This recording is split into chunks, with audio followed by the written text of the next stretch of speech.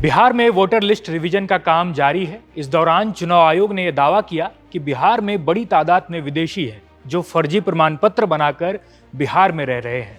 इसको लेकर विवाद तो है ही, चुनावी मौसम में राजनीति भी तेज हो चुकी है। चुनाव आयोग को पता चला कि वोटर लिस्ट में कई लोग ऐसे भी हैं जो नेपाल, बांग्लादेश और म्यांमार से अवैध रूप से यहाँ आए हैं। एनडीए अब इसको लेकर भारी बवाल कर रही है, क्योंकि जब चुनाव आयोग ने रिवीजन का नोटिफिकेशन जारी किया तो इस पर विपक्ष ने भी हंगामा किया था।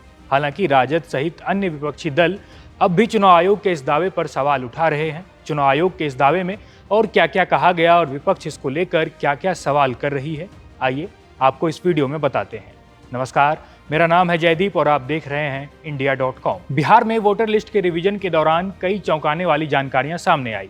चुनाव आयोग के वरिष्ठ सूत्रों के मुताबिक राज्य में घर घर जाकर किए गए सर्वे के दौरान बूथ लेवल ऑफिसरों को बड़ी संख्या में ऐसे कई लोग मिले जो नेपाल, बांग्लादेश और म्यांमार जैसे देशों से अवैध रूप से भारत आए हैं और वोटर लिस्ट में नाम जुड़वाने की कोशिश कर रहे थे।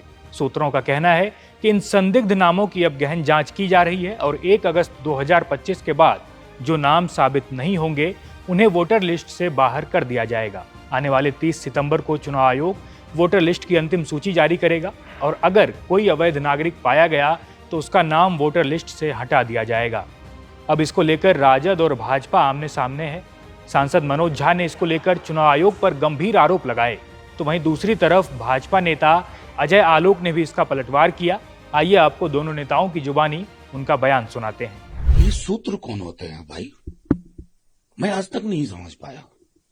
अगर इस प्रकार के सूत्र या तो ज्ञानेश जी बोलते, हमारे सीईसी, या जोशी साहब बोलते, संधू जी बोलते, ये सूत्र क्या चीज होती है?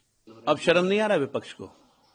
अब जाके राहुल गांधी जी चक्का जाम करें और तेजस्वी यादव चक्का जाम करें कि वोटर लिस्ट आइडेंटिफिकेशन में आधार कार्ड बांग्लादेशियों के मिल रहे हैं, राशन कार्ड बांग्लादेशियों के मिल रहे हैं, नेपालियों के मिल रहे हैं, म्यांमारियों के मिल रहे हैं। ये सूत्र कौन होते हैं भाई, मैं आज तक नहीं समझ पाया। अगर इस प्रकार के सूत्र या तो ज्ञानेश जी बोलते, हमारे सीईसी, या जोशी साहब बोलते, संधू जी बोलते, ये सूत्र क्या चीज होती है? मतलब सूत्र उत्पात मचाने के लिए नहीं होगा ना, समाज में विभाजन पैदा करने के लिए नहीं। और अगर एक विदेशी है तो रेस्पॉन्सिबल कौन है भाई? देश के गृह मंत्री कौन है? उनको कटघरे में खड़ा होना चाहिए। ये सवाल गलत जगह घूम के आ गया। ये सवाल माननीय गृह मंत्री जी के पास जाए कि भाई हो क्या रहा है, विदेशी नागरिक रह रहा है नहीं, लेकिन मैं जानता हूं इशारा कुछ और है, इरादा कुछ और है। ऐसे नहीं चला करता। ड्राफ्ट रोल प्रिपरेशन से पूर्व ये प्लांटेड स्टोरीज नफरत के बीज बो रही है। इस कारोबार को ना बढ़ाएं। अब शर्म नहीं आ रहा विपक्ष को? अब जाके राहुल गांधी जी चक्का जाम करें और तेजस्वी यादव चक्का जाम करें कि वोटर लिस्ट आइडेंटिफिकेशन में आधार कार्ड बांग्लादेशियों के मिल रहे हैं, राशन कार्ड बांग्लादेशियों के मिल रहे हैं, नेपालियों के मिल रहे हैं, म्यांमारियों के मिल रहे हैं। इन्हीं के लिए खड़े थे वो। अकेला लोकतंत्र है विश्व में जहां विपक्ष खड़ा होता है बांग्लादेशियों के लिए, रोहिंग्याओं के लिए, पाकिस्तानियों के लिए, म्यांमारियों के लिए, मतलब विदेशियों के खड़ा होने के लिए हमारा विपक्ष है, देश के साथ नहीं। अब इस पे जवाब जरा पूछिएगा, कोई जवाब नहीं देगा आपको। वो कहेंगे कि जिम्मेदारी किसकी थी, कैसे बन गया, जेल में डालो, तो वही काम हो रहा है।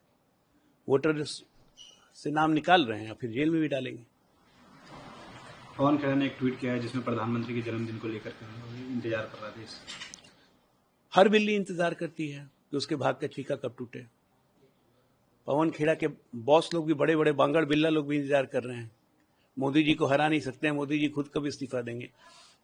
तो बिल्ली के भाग का छीका फूटने दीजिए, देखिए कब तक फूटेगा। फिलहाल चुनाव आयोग का कहना है कि रिवीजन के दौरान अधिकारी घर घर जाकर वोटरों की पहचान कर रहे हैं और इस तरह लगभग 80% लोगों ने अपना डिटेल चुनाव आयोग को सौंप दिया है। इस पर जो भी अपडेट आएगा हम आप तक लगातार पहुंचाते रहेंगे। देश और दुनिया की तमाम खबरों के लिए देखते रहिए India.com।